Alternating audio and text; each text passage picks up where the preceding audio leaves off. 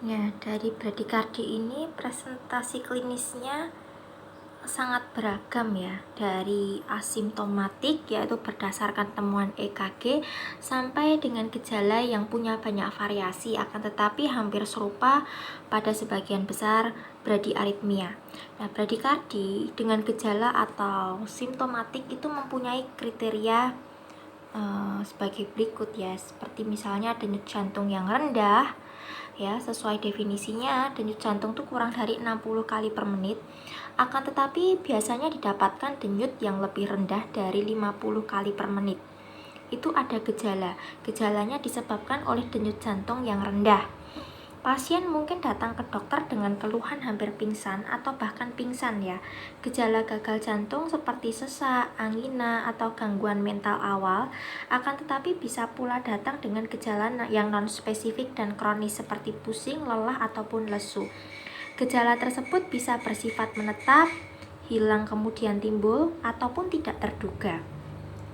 Sinus bradikardit dan blok AV itu bisa sepenuhnya bersifat asimptomatik pada individu muda yang sehat atau saat tidur. Akan tetapi, pada pasien dengan episode bradiaritmia yang sering atau berkelanjutan, biasanya akan menyebabkan gejala. Gejala ringan itu berupa mudah marah, kemudian kelelahan, ketidakmampuan berkonsentrasi, apatis, sering lupa, jadi pelupa ya, terus pusing.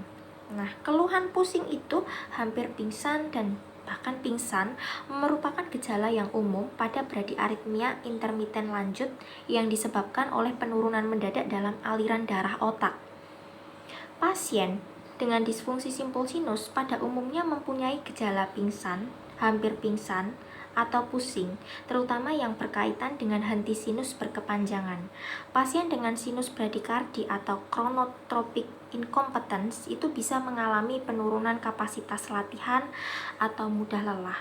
Pasien dengan fibrilasi atrium juga bisa mengeluhkan palpitasi atau datang dengan gagal jantung kongestif. Individu berusia lanjut mungkin mengalami kebingungan ya, yang tidak bisa dijelaskan atau kehilangan memori. Ya, kadang-kadang stroke menjadi manifestasi pertama dari disfungsi simpul sinus pada pasien dengan fibrilasi atrium paroksismal dan tromboemboli. Gejala pada pasien dengan kelainan konduksi AV pada umumnya disebabkan oleh bradikardi dan hilangnya sinkroni AV. Pasien dengan pemanjangan interval P sampai R yang signifikan secara berkepanjangan itu bisa berperilaku serupa dengan pasien yang mengalami sindrom pacu jantung karena kehilangan sinkroni AV. Pada pasien dengan penyakit jantung struktural dan disfungsi ventrikel kiri, hal ini bisa menyebabkan perburukan gagal jantung. Variasi gejala yang disebabkan oleh blok AV lanjut antara lain intoleransi aktivitas, kemudian mudah lelah, sesak nafas saat aktivitas, kemudian pusing, terasa hampir pingsan, bahkan hingga pingsan. Nah, pada pasien dengan blok AV total, paroksismal, ataupun intermiten, gejala-gejala ini bersifat episodik dan mungkin tidak terdiagnosa dengan EKG secara rutin.